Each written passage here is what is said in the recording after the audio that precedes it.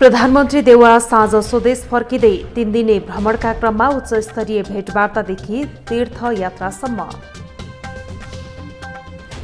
भारतीय दूतावासमा नेपालको चुच्चे नक्सा नराखेकोमा एमाले अध्यक्षको आपत्ति, भौगोलिक अखण्डतामा खेलवाड गरेको आरोप। काठमाडौँका चोक गल्लीमा फेरि थुप्रन थाले फोहोर, महानगरपालिका सर्वसाधारणलाई दोषी देखाउँदै। पाकिस्तानको संसद विघटन, 90 दिनभित्र चुनाव हुने, राजनीतिबाट पर रहेको सेनाको प्रतिक्रिया।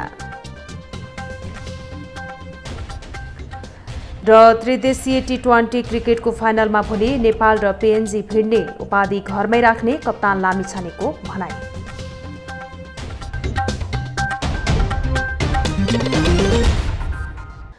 ग्लोबल न्यूज अब विस्तारमा। प्रधानमन्त्री शेरबहादुर देउवा आज स्वदेश फर्कँदै हुनुहुन्छ।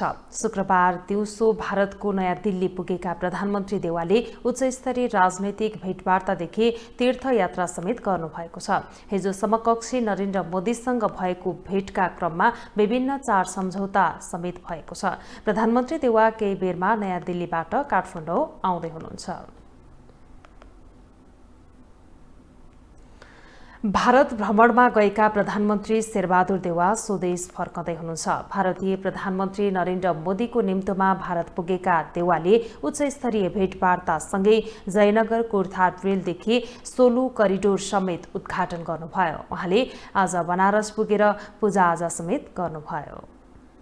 3 दिने भारत भ्रमण सकेर प्रधानमन्त्री शेरबहादुर देउवा स्वदेश फर्किएका छन्। प्रधानमन्त्री भएको 9 महिनापछि शुक्रबार अपराह्न 4 बजे 50 सदस्यीय भ्रमण टोलीका साथ प्रधानमन्त्री शेरबहादुर देउवा भारत भ्रमणमा निस्किएका थिए। प्रधानमन्त्री देउवालाई स्वागत गर्न भारतीय पर्यटन राज्य मन्त्री विमानस्थल आएका थिए। 3 दिने भारत भ्रमणमा उनले विभिन्न भेटघाट र उद्घाटन गरे। देउवाले समकक्षी भारतीय प्रधानमन्त्री नरेन्द्र मोदी, विदेश मन्त्री जयशंकर, भारतीय उच्च पदस्थ अधिकारीसँग समेत भेटवार्ता गरेका थिए। परराष्ट्र मन्त्री नारायण खड्का, कृषि मन्त्री महेन्द्र यादव, ऊर्जा मन्त्री पम्फा भूषाल लगायत 50 सदस्यीय भ्रमण टोलीका साथ प्रधानमन्त्री देउवा भारत पुगेका थिए। भ्रमणको पहिलो दिनमै भारतीय जनता पार्टीको कार्यालयमा पुगेका देउवाले कूटनीतिक मर्यादा राख्न नसकेको आलोचना खेप्नु पर्यो। भ्रमणको दोस्रो दिन प्रधानमन्त्री शेरबहादुर देउवा र भारतीय प्रधानमन्त्री नरेन्द्र मोदीले संयुक्त रूपमा जनकपुर जयनगर अन्तर्देशीय रेलको उद्घाटन गरे। मोदी देउवा बीच करिब 1.5 घण्टा एक्लै छलफल भएको थियो। देउवाले 4 समझदारी पत्रमा हस्ताक्षर साथै 4 परियोजनाको उद्घाटन गरे। भ्रमणका क्रममा देउवाले सीमा समस्याका सवालमा छलफल गरेको र सीमा समस्यालाई स्थापित द्विपक्षीय संयन्त्रहरूबाट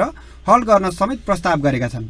देउवाकै भ्रमणका क्रममा भारतीय प्रधानमन्त्री मोदीले नेपालसँग ऊर्जा क्षेत्रमा सहकार्य गर्ने विषयलाई दुवै देशले उच्च प्राथमिकता दिने समझदारी गरेको भन्दै संयुक्त भिजन स्टेटमेन्ट ल्याउने सहमति भएको समेत बताएका छन्। देउवाले भारत भ्रमणकै क्रममा महाकाली सन्धिको महत्त्वपूर्ण परियोजनाका रूपमा रहेको भनिने पञ्चेश्वर परियोजनाका बारेमा समेत छलफल भएको र यो गेम चेन्जर परियोजना हुने भारतीय प्रधानमन्त्री नरेन्द्र मोदीले समेत बताएका छन्। प्रधानमन्त्री शेरबहादुर देउवा आइतबार हिन्दूहरूको पवित्र तीर्थस्थल बनारस समेत पुगेका छन्। बनारसमा प्रधानमन्त्री देउवाले उत्तर प्रदेशका मुख्यमन्त्री योगी आदित्यनाथसँग भेटवार्ता गरे भने बनारसमा विश्वनाथ पशुपतिनाथको समेत विशेष पूजाआजा गरेका छन्। ग्लोबल टेलिभिजनका लागि कविन्द्र तिमसिना, काठमाडौँ। भारतीय समकक्षीसँगको भेटमा प्रधानमन्त्री शेरबहादुर देउवाले द्विपक्षीय संयन्त्र मार्फत सीमा समस्या समाधान गर्नुपर्ने बताउनुभयो। भारतीय प्रधानमन्त्री नरेन्द्र मोदीले पनि यसमा सहमति जनाउनुभयो। तर भारतले यसअघि पनि पटक पटक जनाएका प्रतिबद्धता खेर गएकाले विज्ञ सीमा समस्या सहजै समाधान हुनेमा विश्वस्त छैनन्। प्रधानमन्त्री शेरबहादुर देउवाले नेपाल भारत सीमा समस्या समाधान गर्न अग्रसरता देखाएका छन्। 3 दिने भारत भ्रमणमा रहेका प्रधानमन्त्री शेरबहादुर देउवाले भारतीय प्रधानमन्त्री नरेन्द्र मोदीसँग शनिबार भेटवार्ता गरेका थिए। पछि आयोजित संयुक्त पत्रकार सम्मेलनमा प्रधानमन्त्रीले सीमा समस्या हल गर्नुपर्ने जिकिर गरे। प्रधानमन्त्री देउवा र समकक्षी मोदीको नयाँ दिल्ली स्थित हैदराबाद हाउसमा द्विपक्षीय वार्ता भएको थियो। द्विपक्षीय औपचारिक वार्तापछि प्रधानमन्त्री देउवा र मोदीले जनकपुर जयनगर रेल सुरुवात गरेका थिए।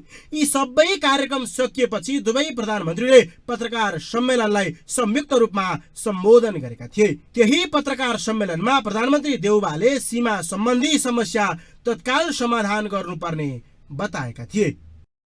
We discussed the boundary issues and I urged Modi to resolve through establishment and bilateral mechanism. त्यसो त नेपाली नेताहरूलाई भारतसँग बोल्न नसक्ने आरोप लाग्ने गर्दछ। यसपटक 3 दिने भारत भ्रमणमा निस्किनु अघि देउबालाई पनि भारतसँग केही बोल्न नसक्ने भन्दै गिज्याइयो पनि।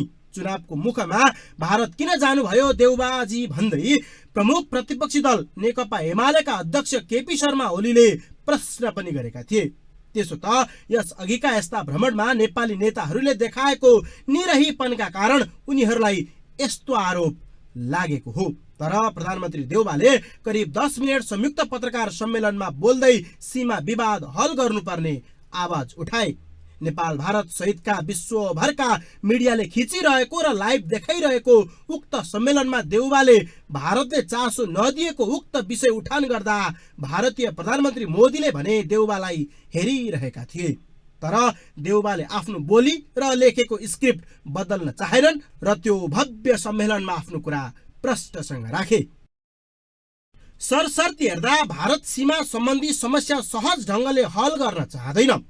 यसको सहज अनुमान यसरी पनि लगाउन सकिन्छ कि नेपालले पठाएको कूटनीतिक नोटको बेवास्ता पटक पटक भारतले गरेको छ।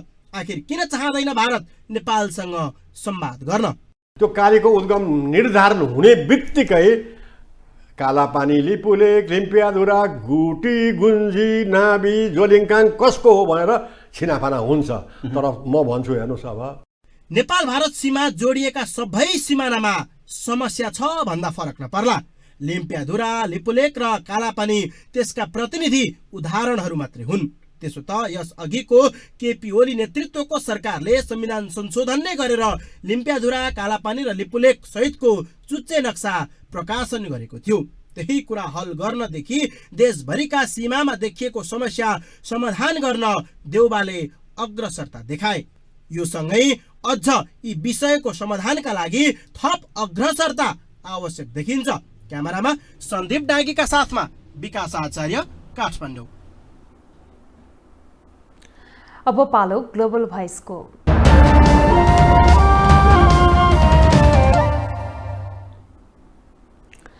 प्रधानमन्त्री शेरबहादुर देउवा भारतको 3 दिने भ्रमण सकेर स्वदेश फर्कँदै हुनुहुन्छ।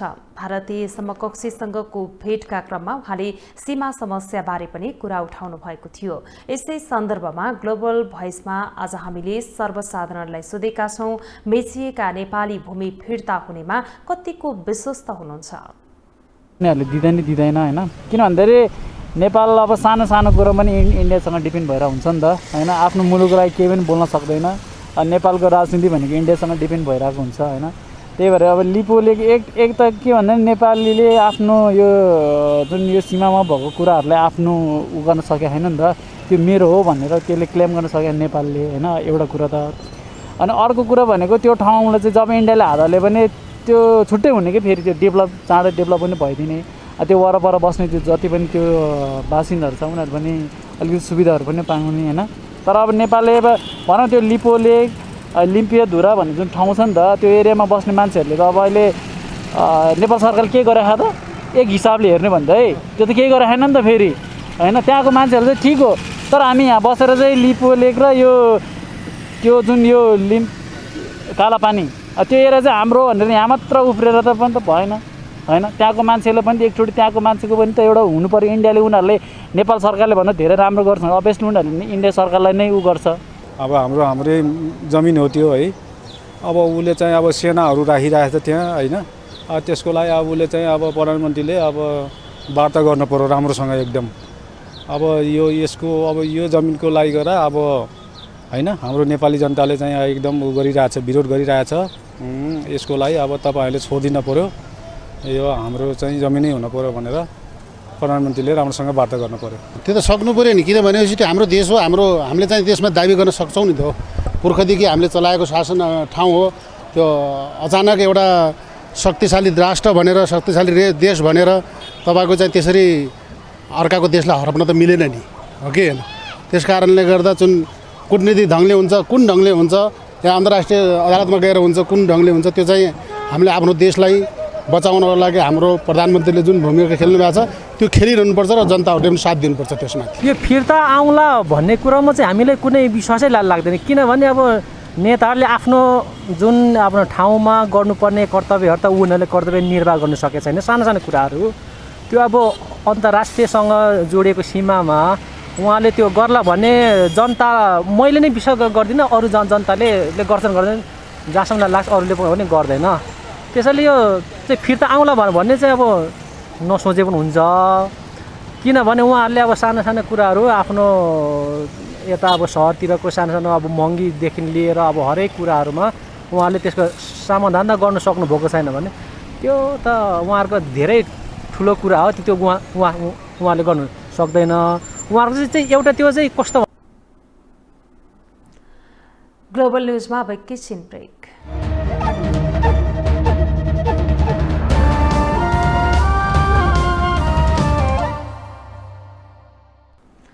ब्रेकपछि स्वागत छ। अब बाँकी न्युज। नेकपा एमालेका अध्यक्ष केपी शर्मा ओलीले संविधानमा उल्लेखित नेपालको नक्सा भारत स्थित नेपाली दूतावासमा नभएको भन्दै आपत्ति जनाउनु भएको छ। काठमाडौँमा आज आयोजित कार्यक्रममा अध्यक्ष ओलीले प्रधानमन्त्री शेरबहादुर देउवा भारत गएकै बेला दूतावासमा बुच्चे नक्सा भएको भन्दै आपत्ति जनाउनु भएको हो। उहाँले यो भन्दा अरू राष्ट्रिय लज्जाको विषयहरू केही नहुने बताउनुभयो। यसअघि 100 दिनको उपलब्धि समेटिएको पुस्तिकामा पनि सरकारले चुच्चे नक्सा हटाएको उहाँको भनाइ छ। नेपालको नक्सा चुच्चे नक्सा भएको लोगो सहितको प्रत्यक्ष नक्सा राष्ट्रको त्यो अगाडि राख्नु हो, तर चुच्चे नक्साबाट चुच्चो हटाउनु भयो र बुच्चे नक्सा राख्नु। सम्माननीय प्रधानमन्त्रीले प्रकाशित गरेको सरकारको 100 दिनमा चुच्चे नक्सा के यो साधारण कुरा हो? अध्यक्ष ओलीले आफ्नै पार्टीको सरकार हटाएर कांग्रेसको पछि लागेको भन्दै माओवादी केन्द्र र एकीकृत समाजवादीलाई कटाक्ष पनि गर्नुभयो। नेकपाको सरकार हुँदा आफूलाई काम गर्न नदिनेहरू अहिले मन्त्रालयमा भेट माग्दै हिँडेको उहाँको भनाइ छ। अहिले माकुनेको छ नि दुना थापेर हेर्छ नि, त्यो ठाउँमा मलाई 4वटा मन्त्री त नभई हुँदैन। कहाँ शेर थिए, कहाँ लल्लु। अध्यक्ष ओलीले वर्तमान सरकारले मुलुकको अर्थतन्त्र समेत ध्वस्त बनाएको दावी गर्नुभयो।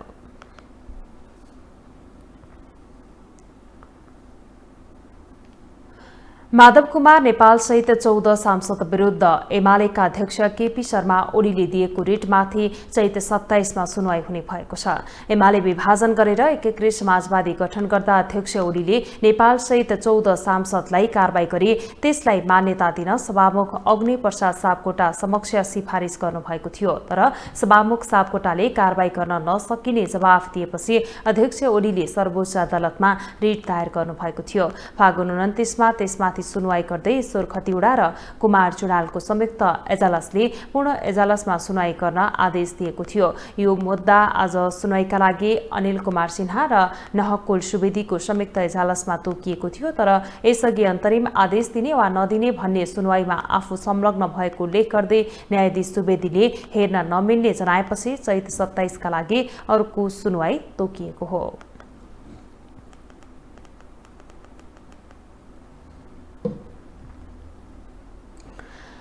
विश्वका नेताहरू र नेपालका नेताहरूलाई तुलना गर्न सकिएला, केमा समानता र केमा भिन्नता पाइएला। महाशक्ति अमेरिकाका पूर्व राष्ट्रपतिदेखि वर्तमान राष्ट्रपतिसम्म साइकल कुदाइरहेको भेटिन्छन्। सुरक्षाकर्मी बिना सडकमा देखिन्छन्, तर नेपालका नेता उच्च सुरक्षा नभई कतै ननिक्लने मात्रै होइन, मतदाताका अघि देखिन समेत चुनाव पर्खनुपर्छ। संसारकै सर्वशक्तिमान राष्ट्र अमेरिकाका पूर्व राष्ट्रपति बराक ओबामा अहिले कतै साइकल गुडाउँदै त कतै तरकारी किन्दै गरेको देख्न सकिन्छ, त्यो पनि सुरक्षाकर्मी बिना नै। त्यसै अहिलेका राष्ट्रपति जोन बाइडेनले समेत आफ्नो काम आफै गरिरहेका हुन्छन्। त्यो सँगै क्यानाडाका प्रधानमन्त्री जस्टिन ट्रुडो समेत जनतासँगै सेल्फी खिच्नदेखि साइकल चलाएर दौडेको देख्न सकिन्छ। तर नेपालका नेताहरूमा यो व्यवहार देखिनु त टाढाको कुरा, कल्पना समेत गर्न सकिन्न।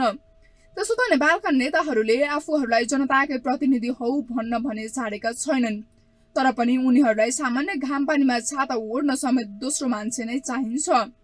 अझ सुरक्षाकर्मी नभए उनीहरू बाहिर निस्किन नै मान्दैनन्। अहिले स्थानीय तहको चुनाव घोषणा भएपछि भने नेताहरू गाउँ गाउँ पुग्न थालेका छन्। जनताको घरमा बस्ने भन्दै फोटो खिच्दै सेयर गर्न थालेका छन्। यसलाई राजनीतिक विश्लेषकहरूले भने नेताहरूको स्वाङ भएको टिप्पणी गरेका छन्। त्यो ढुवाङको कुरा होइन, स्वाङ पार्ने कुरा हो। त्यसमा नैतिकता जोडिँदैन। नैतिकता भन्ने अलिक विशेष खालको चिज हो होइन।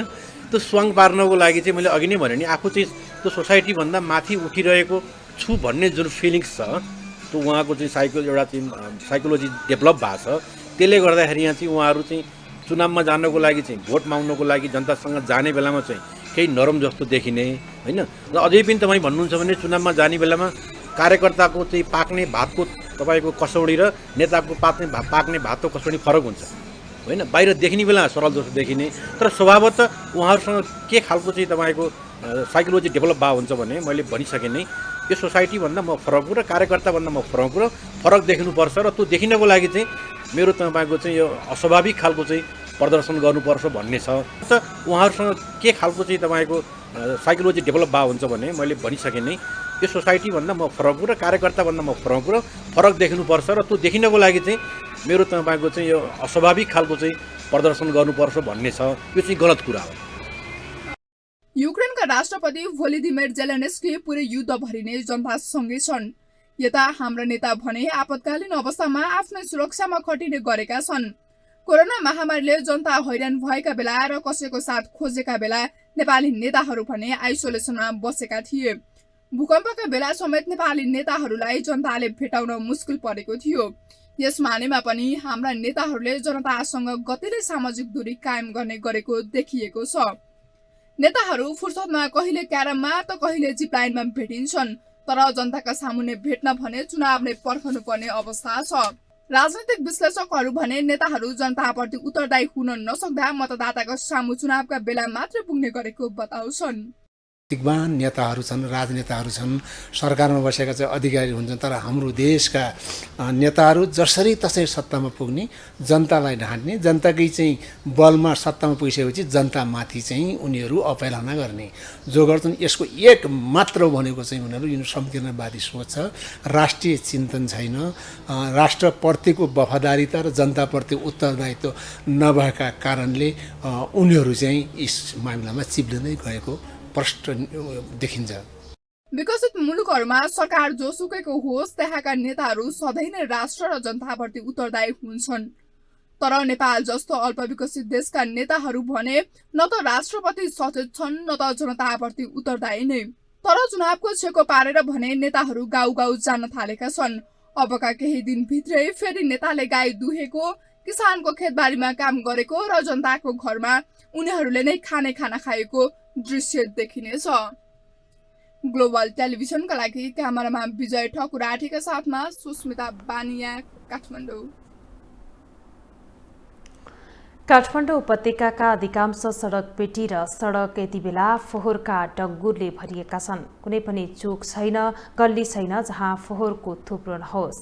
फोहोरले सडक पेटीमा हिँड्न पनि नागरिकलाई मुस्किल छ। व्यवस्थापन गर्ने जिम्मा लिएको काठमाडौँ महानगरपालिका भने सर्वसाधारणको दोष देखाउँदै बसेको छ। काठमाडौँ उपत्यकामा फोहोर नउठ्नु नौलो कुरा होइन, तर पटक पटक महानगर बेखबर बन्दा उपत्यका फोहोर माण्डौका रूपमा परिचित हुन थालेको छ। उपत्यकाका अधिकांश सडकपेटीमा यति बेला फोहोरका डङ्गुरले भरिएका छन्, जसले आम नागरिकलाई हिँडडुल गर्न निकै गाह्रो भइरहेको छ। काठमाडौँ उपत्यकाको फोहोर व्यवस्थापन गर्ने र शहर सफा राख्ने दायित्व काठमाडौँ महानगरपालिकाको हो, तर महानगर भने कानमा तेल हालेर बसेको छ। सडकपेटीमा यति बेला फोहोरको दुर्गन्धले हिँड्नै मुस्किल परेको छ, जसले आम नागरिकको स्वास्थ्यमा असर त गर्ने नै भयो, वातावरणमा प्रतिकूल असर पनि पारेको छ। मुलुकले नै आश गरेको महानगरपालिका फोहोर व्यवस्थापनमा चुक्नुले महानगरको गरिमा नै कमजोर भएको छ। सडकभरि फोहोर छरपष्ट हुँदा शहर नै कुरूप भएको छ, तर महानगरलाई भने कुनै चासो देखिँदैन। महानगरको नेतृत्व भने फोहोर विसर्जन गर्ने स्थानका स्थानीयलाई दोष देखाएर पन्छिन खोजेको छ। अहिले चाहिँ 3 दिन जति भयो अहिले फोहोर नउठेको होइन, पछिल्लो घटना। अब त्यो मुख्य कुरा त के भन्दा पासाङ लामो राजमार्ग सडकको जुन चाहिँ ठेक्का पत्ता आजभन्दा 6-7 वर्ष अगाडि नै भइसकेको थियो सडक पिच गर्ने भनेर। अब त्यो ठेकेदारले काम नगरिदिँदाखेरि पहिला पनि त्यही सडकको कारणले रोकियो र कन्ट्र्याक्टरसँग चाहिँ सहमतिमा चैत 15 गतेभित्र चाहिँ कालोपत्र गर्छु भन्ने सर्टमा चाहिँ सहमति भयो र फोहोर चाहिँ गएको अवस्था हो। अब 15 गते होइन, आज 20 गते भइसकेको छ, त्यहाँ कालोपत्रको काम सुरु भएको छैन। त्यो भएर नै दबावको रूपमा उहाँले जुन काम गर्छु भन्ने सहमति गर्ने अनि काम नगर्ने भन्ने हिसाबले उहाँले अहिले रोकिया चाहिँ हो फोहोर। काठमाडौँ उपत्यकाको फोहोर उठ्न नसक्दा विशेष गरी पैदल यात्रा गर्ने तथा कामका लागि हिँडेका सर्वसाधारणले शास्ति खेप्नु परेको छ। फोहोरको दुर्गन्धले काठमाडौँ शहरको सुन्दरतालाई समेत ओझेलमा पार्ने चिन्ता बढेको छ। उपत्यकाको फोहोर नउठ्दा काठमाडौँ उपत्यका दुर्गन्धित र फोहोरको शहरका रूपमा परिचित हुन थालेको छ। फोहोर थुपारेको 15 दिन जति भइसक्यो है।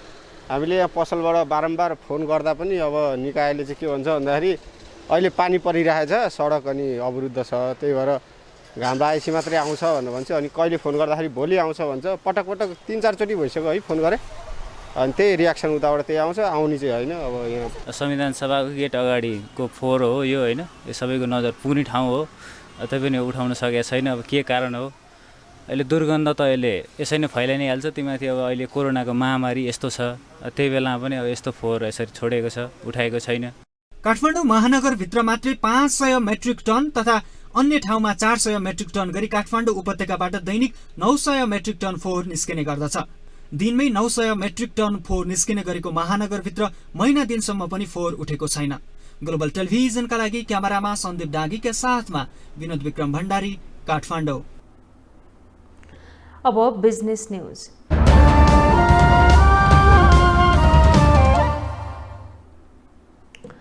सरकारले अन्तरप्रदेश चल्ने लामो दूरीका सार्वजनिक सवारीको भाडा 15% बढाएको छ। यातायात व्यवस्था विभागले भौतिक पूर्वाधार तथा यातायात मन्त्रालयको मन्त्रीस्तरीय निर्णय अनुसार यात्रुवाहक सवारी साधनमा 10%ले भाडा बढाएको छ। पहाडमा मालवाहक सवारीका लागि 13 र तराईमा 15% का दरले भाडा बढाएको यातायात व्यवस्था विभागले जनाएको छ। यात्रुवाहक तथा मालवाहक सहित पहाडी तथा तराई क्षेत्रका भूगोल अनुसार 10 देखि 15% सम्म भाडा बढाउने निर्णय भएको छ।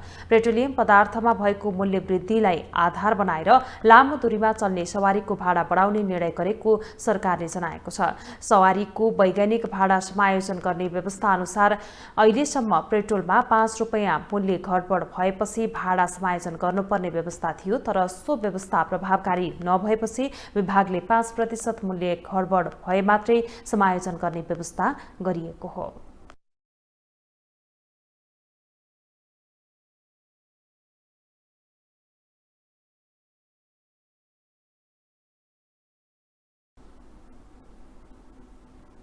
अब इन्टरनेशनल न्यूज।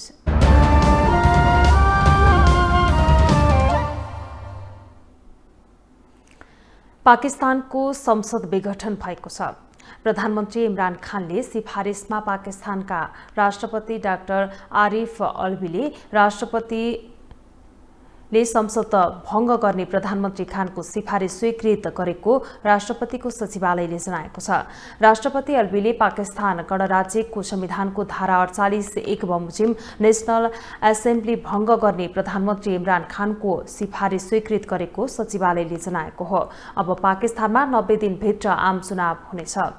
यसअघि प्रधानमन्त्री खानले राष्ट्रको नाममा सम्बोधन गर्दै संसद भङ्ग गर्न राष्ट्रपति समक्ष सिफारिस गरेका थिए। आजै प्रधानमन्त्री खान विरुद्ध दर्ता भएको अविश्वास प्रस्ताव खारेज भएको थियो। यसैबीच पाकिस्तानी सेनाले आफूहरू राजनीतिबाट टाढै रहेको बताएका छन्।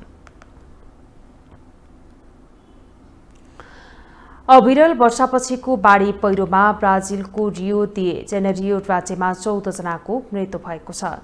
2 दिन यता जारी वर्षाका कारण उत्पन्न प्राकृतिक प्रकोपमा अरू 5 जना बेपत्ता भएका छन्। प्रकोपमा मारिनेमा 8 बालबालिका समेत रहेको जनाइएको छ। अरू 4 जना घाइते भएका छन्। भारी वर्षाले दक्षिण पूर्वी राज्यको एटलान्टिक तटको ठूलो भाग प्रभावित भएको छ।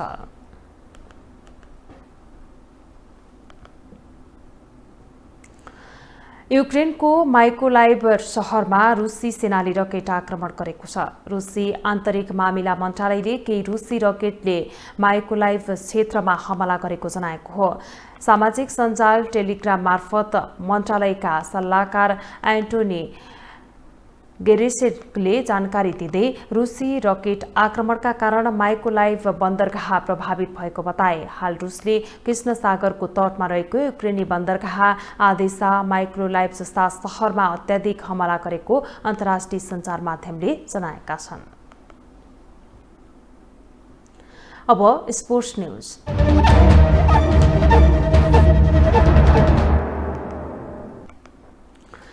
त्रिदेशीय अन्तर्राष्ट्रिय टी20 क्रिकेटमा पराजित रहँदै फाइनल प्रवेश गरेको नेपाली राष्ट्रिय क्रिकेट टोलीले सोमबार पपुवा न्यू गिनी विरुद्ध उपाधिका लागि खेल्ने बताएको छ।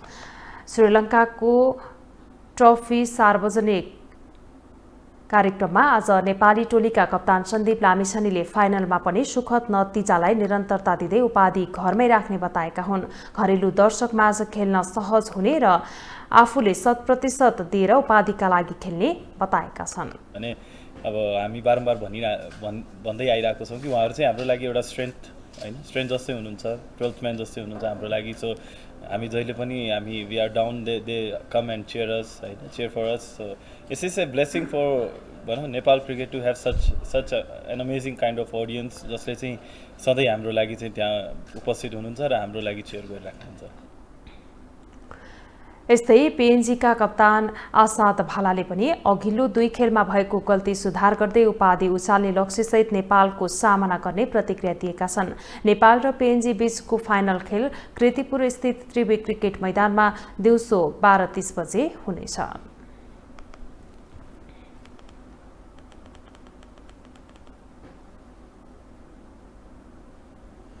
ग्लोबल न्यूज कन्तीमा अहिलेसम्मका हेडलाइन्स पुनः एकपटक।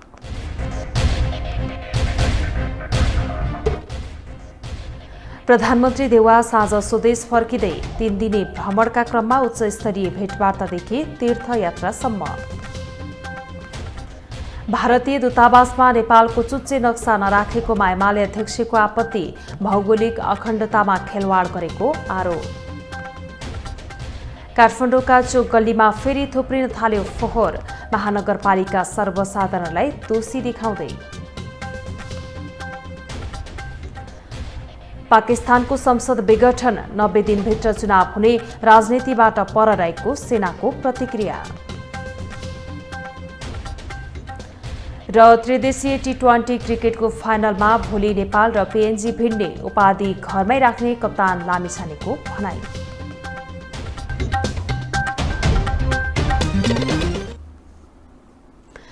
ग्लोबल न्यूज अहिलेलाई यति नै। ग्लोबल टेलिभिजन तपाईँ फेसबुक तथा युट्युबमा पनि प्रत्यक्ष हेर्न सक्नुहुनेछ।